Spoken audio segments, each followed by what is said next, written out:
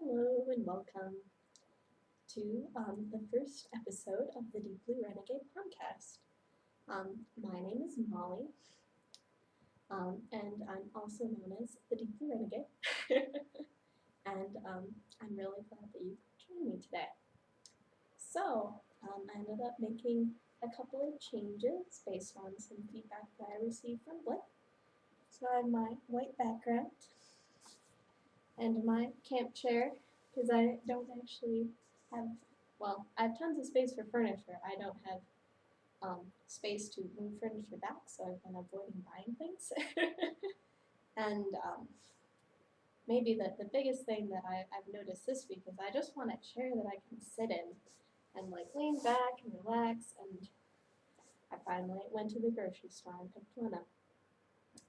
So, to launch right into the knitting and spinning content, I'd like to show you guys a couple of things.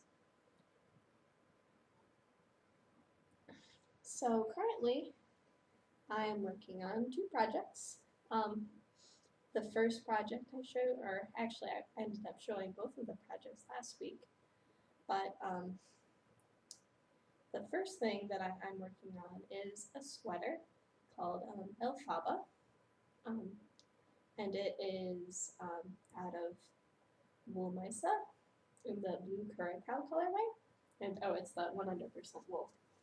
She only has 4 different bases, so you don't have too many options. So this is the fingering weight 100% wool, and this is where I am right now.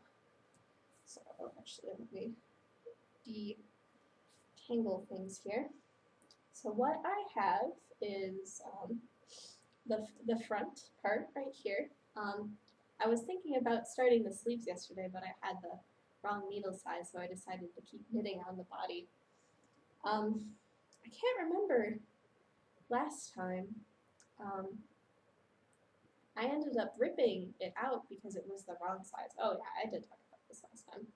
So I started off with the size 37 and then switched to the size 35, and I'm much happier with the fit this time around. And I ended up adding the horizontal bust darts. I decided to add 10 in this case because I have a C cup. I actually got into my next ball of yarn. So this is how much I have right now. The nice thing about wool mysa is that they come in 150 gram skeins, so it should take me approximately 2 skeins in order to make a sweater, which is nice. I don't know, I'm just a sucker for the color blue. So it appears that everything's going along swimmingly, and hopefully I'll have some time to continue working on this. I ended up having a training class that took 4 hours, so I got a ton of work done during it. The instructor, because I ended up getting in about 20 minutes early, the instructor's like, you better be paying attention to my class, and be like, yeah, no problem. I think I would have fallen asleep if I hadn't been knitting. It was not very exciting.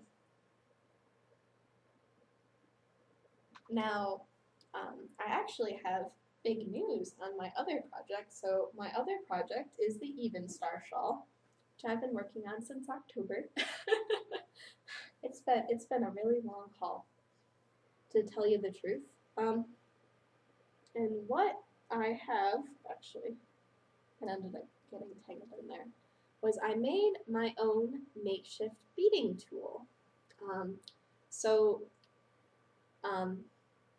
Where I work, there is a place called Reapplication, and basically what it is a, what would you call it? It's a salvage yard, basically. So anytime someone has a piece of equipment they don't need anymore, they'll send it to Reapp, and then people who are, so that it's possible for people looking for this piece of equipment to use it. And so what this is actually, let me scooch in. So this is actually cotton wrapped wire. No sane person would use this in an electrical circuit because perhaps you can see maybe right here how it's getting a little bit fuzzy. Focusing isn't working too good today. But basically, the insulation is fabric or cotton or something like that. So you wouldn't want to troubleshoot a circuit if you wouldn't want to troubleshoot a circuit if it turned out that your insulation had rubbed off. The standard now for electrical wires is actually a plastic insulation that has better heat transfer properties and insulating properties, and why would anyone ever use fabric again? So this old spool of wire was sitting, in these piles of things, and I realized that it was thin enough that I would be able to actually string my size 8 beads. So let me come in. Can you see my hook? So this is actually how I did my original beading hook, which is actually made from a resistor. But this wire is so much finer that I'm actually able to put the 8-aught beads on. I could only do six or size 6 beads with my resistor thing.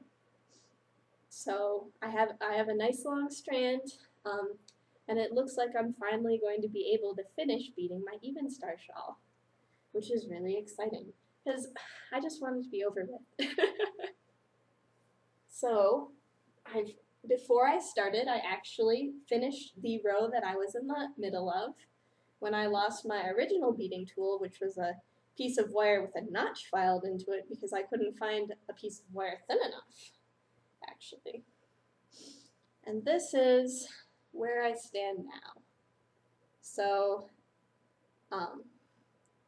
great, big, huge, gorgeous shawl. And I'm probably going to spend a decent amount of time working on it because, frankly, this guy's a beast. And I really want to finish it so I can move on to other shawl projects. Like, this has been my only shawl for this entire, since October. And it needs to get finished. So hopefully I can pound out a couple more rows on it. I might end up finding some knitting podcast to watch to make it more interesting, but or I could watch back episodes of ones that I've already seen too. There are a lot of options. It's reached the point now where initially the border was incredibly challenging to me, and like I had a hard time reading my knitting, and but now probably some 37 repeats later with, let's see, less than 20, so 19 more repeats to go, it's not too bad now. So exciting. I'm really glad that I can finally start working on it again because without a way to place beads, I really couldn't get anywhere on it, which was unfortunate. So that wraps up my knitting works in progress. I also started a spinning project. So last week I showed you guys all of the wonderful fiber I ended up getting. And basically, like, being surrounded by that much fiber was like, spin me, spin me. So I gave in. I said that I wasn't going to start spinning until I finished the Evenstar Shawl, but I decided that it was a guilty pleasure worth doing. So I started with my Gnomespun Fibers Shetland in the Sapphire Surprise colorway. And I am really excited and impressed with what I've been doing so far. So here is my starry knotted bag. And so when I'm spinning, what I'll do is I'll put it on this arm. like so. And this keeps my little ball of fiber contained so it doesn't get sucked in while I'm spinning it. And this is the gorgeous blue and white colorway that I ended up getting. And this is how it is turning out so far. Actually, let me get up. So it's blue and white, and in the transitions of color, it ends up having this sort of barber pulling effect, which I think is really, really wonderful. Actually, you can see it on the spindle right now, is that barber pulling. So this on the spindle right now is the first ounce, and then what I have hanging off here is another 1/3 of an ounce. So after consulting with the spinners, or spinners more experienced than I decided to go with a 3-ply for this one. And words cannot describe how unbelievably thin this is. How can I, so let's see if I can show that off here. So what I have here is I have my 2 leader threads. Lift up. Oops, sideways. You have to get used to the way the camera's moving. And this strand right here is what I've been spinning. So if my nails are approximately the size of a dime, oh my goodness gracious, it's so thin.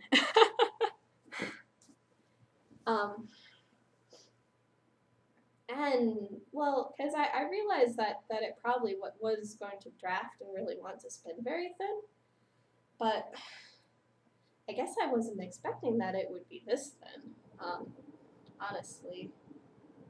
So it's just the case where get it moving, start drafting it out. This one apparently doesn't really want to draft very well today. And I don't know, it's been a lot of fun to spin. Since Saturday, I ended up breaking out the fiber on Saturday to spin. And so what I've been doing is I've been trying to spin at least 15 minutes every day. And so this has been a good way to get myself more experience with spinning. And, whatever, it helped me get through the project. So my last spinning project, it took me a really, really long time from start to finish. And I think a lot of that was because I wasn't setting aside time every day to spin. So the hope is that I will be doing a better job with that. And the other thing I wanted to talk about was that this little bag here has been very wonderful. It ended up solving the problem I had with my last project, which was me accidentally sitting on the fiber, because I would just throw it over my shoulder, and it wasn't a really good solution in the end. So this, here, let me pull out one of the other balls. So I just ended up ripping out my braid, or here is the other 8 ounces. So I ended up taking this big braid and having it and then quartering it. So then I had 4 strips of fiber. And then when I decided that I wanted to do a 3-ply, I ended up weighing my fiber on my pot scale and then rolling it into these balls. And what I do is I take these balls and I'm going to put them in, or I put them in the bag. And then they slowly but surely feed out of the bag as I'm spinning. So it doesn't take too much effort to pull out a length of fiber, so there's enough in play at the moment for me to draft. So I just have these cute little fiber balls. And what I really love about this is that as I'm drafting it, I'll end up getting mixtures of the blue and white, and it's so pretty. So I'm really looking forward to the finished art. I obviously I'm only 1/8 of the way there at this point, but it's been a really good journey. Perhaps I won't be doing as much spinning in this next week because I really want to finish the Evenstar Shawl. But yeah, it's been pretty exciting. And then the next thing that is on the horizon was today I ended up visiting the other local yarn shop in town, and it was a really neat place. And I ended up getting put on the wait list for spinning lessons. So apparently she's gonna, the instructor will start off with spindle spinning, which is cool. I think I've got spindle spinning down at this point, but it'll definitely be interesting to learn more. And then what she's going to do is there's 3 weeks of wheel spinning. So, and one of the policies of the spinning class is that every week you get to try out a different wheel. So, because of that, I'm excited because it'll give me a chance to learn how to wheel spin and to try out spinning wheels to figure out what it is I'm actually looking for and what it is I actually like. Because it is a really big investment in money, and if I am going to get a spinning wheel, I want it to be a good choice, or a good fit with me, my budget, and whatever else. Though sometimes whenever I buy really expensive things for my hobbies, I end up doing the hobbies for less, so I don't understand myself. So I'm really excited about that. Hopefully if enough people get on the wait list, then she'll end up doing an extra class in the summertime, which I would really like. And if not, I don't know. It'll end up being in the fall, which should be fine. Let's see. I ended up running around a bunch today. I ended up buying a climbing hangboard off of Craigslist.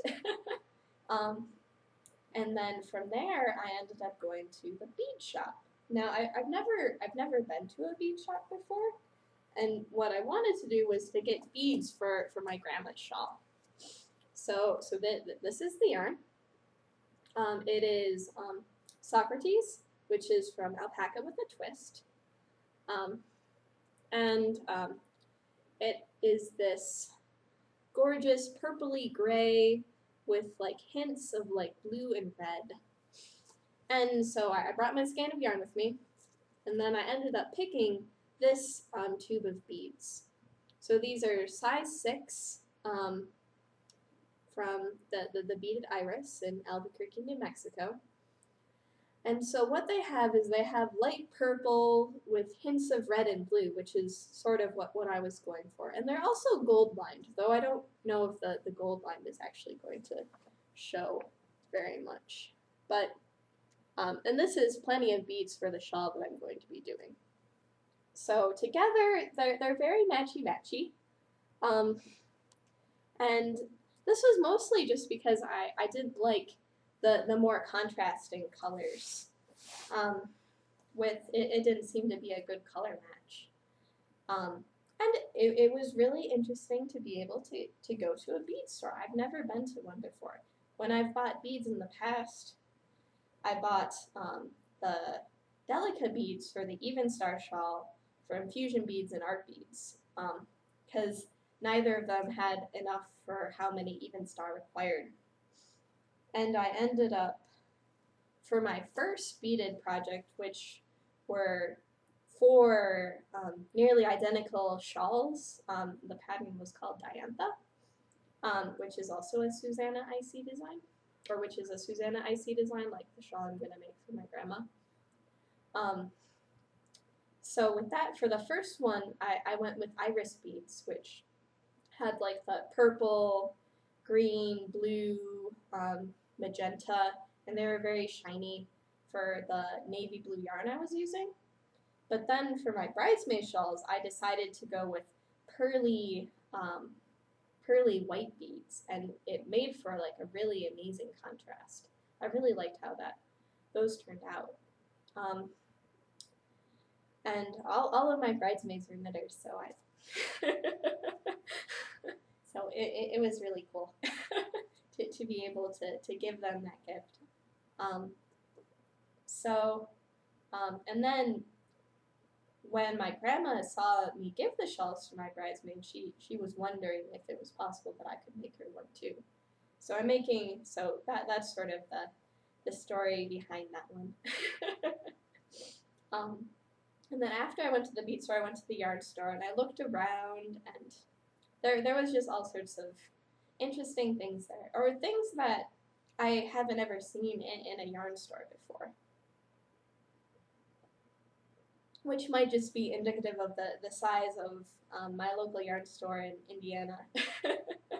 So that definitely more of a spinning store. So they had just like lines of like great big huge like massive I don't know if you would call them cones of roving, just tons and tons of roving. And then mixtures of breeds, all sorts of crazy things. There was a wall of Jamison jumper weight in, let's see, there were probably 100 different colors of Jamison for the hardcore Fair Isle Shetland style colorwork sweaters. I was pretty impressed with that. And they had a variety of other things too. They had Stradivarius yarn. So at the other yarn shop, the woman who dyes the Stradivarius is one of the helper, or they have like help hour or help hours, like Tuesdays, Wednesdays, and Fridays at the other local yarn shop. And so I ended up meeting with her and talking with her, and found out that the gorgeous yarn she was knitting with was her own hand-dyed, and it was available over there. So she has like a BFL base, and she also has a Pullover silk base. Like, oh, be still my beating heart. So I might end up picking up some because it was incredibly beautiful.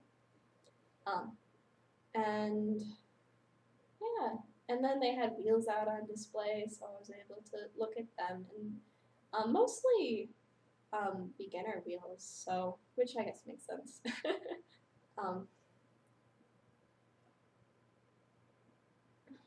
So probably less selection in terms of sock yarn, but all of the basics were definitely covered.